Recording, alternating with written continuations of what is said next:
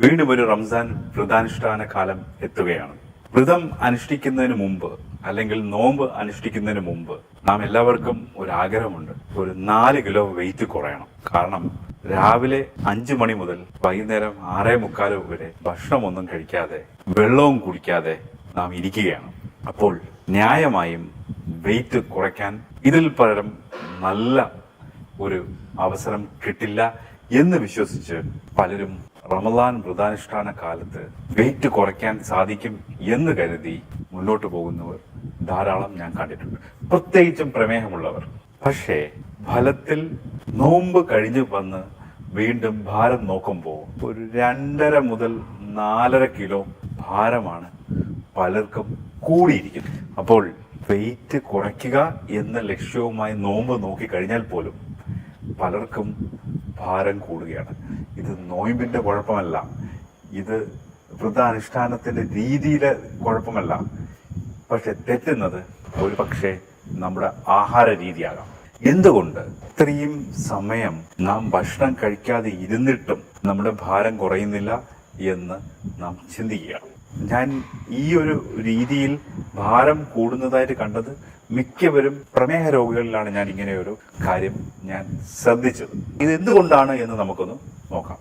നോമ്പ് പിടിച്ച് ആദ്യത്തെ അല്ലെങ്കിൽ ഒരു 6 മണിക്കൂർ കാലയളവ് കഴിഞ്ഞാൽ ശരീരം ശേഖരിച്ചു വെച്ചിരിക്കുന്ന ഗ്ലൈക്കോജൻ എന്ന് പറയുന്ന ഗ്ലൂക്കോസ് വിഘടിച്ച് രക്തത്തിൽ ഗ്ലൂക്കോസായി എത്തുകയും, എന്നാൽ അതൊരു 10 മണിക്കൂർ 12 മണിക്കൂർ 14 മണിക്കൂർ കാലയളവ് ആകുമ്പോൾ ശരീരം വേറെ കൊഴുപ്പുകളിൽ നിന്നും മറ്റുമെല്ലാം ഊർജം ഉൽപാദനം തുടങ്ങുകയും കീറ്റോൺസ് ബ്ലഡിൽ കൂടുകയും ചെയ്യുന്ന ഒരവസ്ഥ നോമ്പ് നോക്കുമ്പോൾ ഉണ്ടാകാം.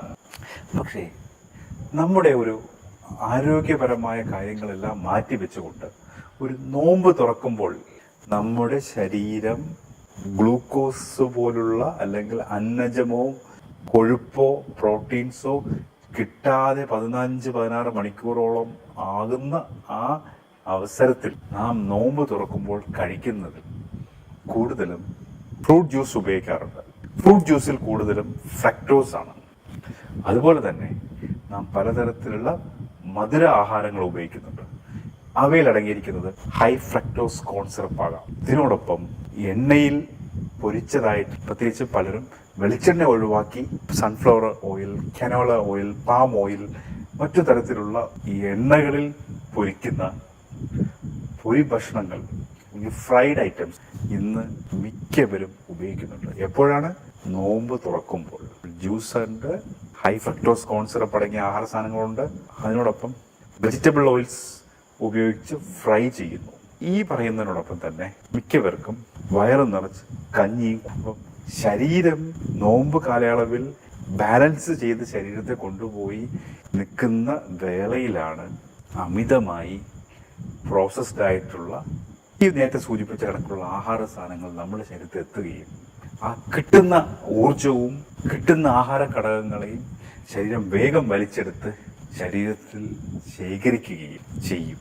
മാത്രമല്ല, മിക്ക ആളുകളും നോയമ്പ് സമയത്ത് വ്യായാമം കുറവായിരിക്കും. അപ്പോൾ ഇവയെല്ലാം കൂടെ ചേർന്ന് അധികമായ അന്നജവും എണ്ണയും ഫ്രക്ടോസും എല്ലാം നമ്മുടെ ശരീരത്തിൽ ചെല്ലുന്നതിൻ്റെ ഫലമായി നാം കൂടുതൽ തടി വയ്ക്കാനുള്ള പ്രവണത കൂടുതലാണ്. പ്രത്യേകിച്ചും പ്രമേഹമുള്ളവരിൽ എന്താണ് ചെയ്യേണ്ടത് എന്നുള്ളത് ഇനി പറയുമ്പോൾ പലർക്കും അതത്ര ഇഷ്ടപ്പെട്ടെന്ന് വരത്തില്ല. കാരണം ജ്യൂസ് കുടിക്കാത്ത നോമ്പ് തുറയെ കുറിച്ച് പലർക്കും ആലോചിക്കാൻ പോലും പറ്റില്ല. ഞാൻ പറയുന്നത്, നിങ്ങൾ പച്ചവെള്ളം കുടിക്കൂ, പക്ഷേ ഫ്രൂട്ട്സ് ആയി തന്നെ ഉപയോഗിക്കുക, ജ്യൂസായിട്ട് ഉപയോഗിക്കരുത്. അതുപോലെ നോമ്പ് തുറ സമയത്ത് biscuit, bread, cake, bakery products എല്ലാം പൂർണ്ണമായിട്ട് ഒഴിവാക്കുക. മൂന്നാമത്, പഞ്ചസാര അടങ്ങിയിരിക്കുന്ന അല്ലെങ്കിൽ പഞ്ചസാര ചേർത്ത തരത്തിലുള്ള ആഹാര സാധനങ്ങൾ ഒഴിവാക്കുക. ജ്യൂസ് ഒഴിവാക്കാൻ പറഞ്ഞു, പഞ്ചസാര ചേർന്ന ആഹാര സാധനങ്ങൾ ഒഴിവാക്കാൻ പറഞ്ഞു, ബേക്കറി ഐറ്റംസ് ഒഴിവാക്കാൻ പറഞ്ഞു. അടുത്തതായി, വെജിറ്റബിൾ ഓയിൽ പ്രിപ്പയർ ചെയ്ത് ഫ്രൈ ചെയ്ത പലഹാരങ്ങളും മറ്റും കുറയ്ക്കുകയോ ഒഴിവാക്കുകയോ ചെയ്യുക. പിന്നെ എന്ത് കഴിക്കും എന്ന് ന്യായമായ ചോദ്യം നിങ്ങൾക്ക് എല്ലാവർക്കും ചോദിക്കാം. നമ്മുടെ ചരിത്രം നോക്കിക്കഴിഞ്ഞാൽ നോമ്പ് തുറക്കുന്ന സന്ദർഭങ്ങളിൽ ചിലപ്പോൾ കാരക്കയോ ഈത്തപ്പഴവും മാത്രം ഭക്ഷണം കഴിച്ച് നോമ്പ് തുറന്ന അവസരങ്ങൾ നമുക്ക് പലർക്കും അറിയാം. ഇന്നത്തെ പോലെ വിഭവസമൃദ്ധമായ രീതിയിലുള്ള നോമ്പ് തുറ പണ്ടില്ലായിരുന്നു. പക്ഷേ അന്നുള്ളവർ പൂർണ്ണ ആരോഗ്യത്തോടു കൂടി ഇന്നത്തെ ജീവിതശൈലി രോഗങ്ങളൊന്നും ഇല്ലാതെ തന്നെ പലരും വളരെ ആത്മവിശ്വാസത്തോടു കൂടി നല്ല രീതിയിൽ ആരോഗ്യവാനായി നോമ്പ് നോക്കുന്നുണ്ടായിരുന്നു. ഇപ്പോൾ നമ്മുടെ ആഹാര രീതിയിൽ ശ്രദ്ധിക്കേണ്ടതായ ചില ആഹാര കാര്യങ്ങൾ കുറയ്ക്കുകയോ ഒഴിവാക്കുകയോ ചെയ്താൽ നോമ്പ് കാലയളവിൽ നിങ്ങൾക്ക് വെയിറ്റ് കൂടുന്ന പ്രവണത കുറയും. ഞാൻ ഈ പറഞ്ഞ കാര്യം ഏവർക്കും മനസ്സിലായി എന്ന് വിശ്വസിക്കുന്നു. ഇഷ്ടപ്പെട്ടുവെങ്കിൽ ലൈക്ക് ചെയ്യുക, ഷെയർ ചെയ്യുക. എന്തെങ്കിലും സംശയം ഉണ്ടെങ്കിൽ കമൻറ്റ് ചെയ്യുക. നന്ദി, നമസ്കാരം.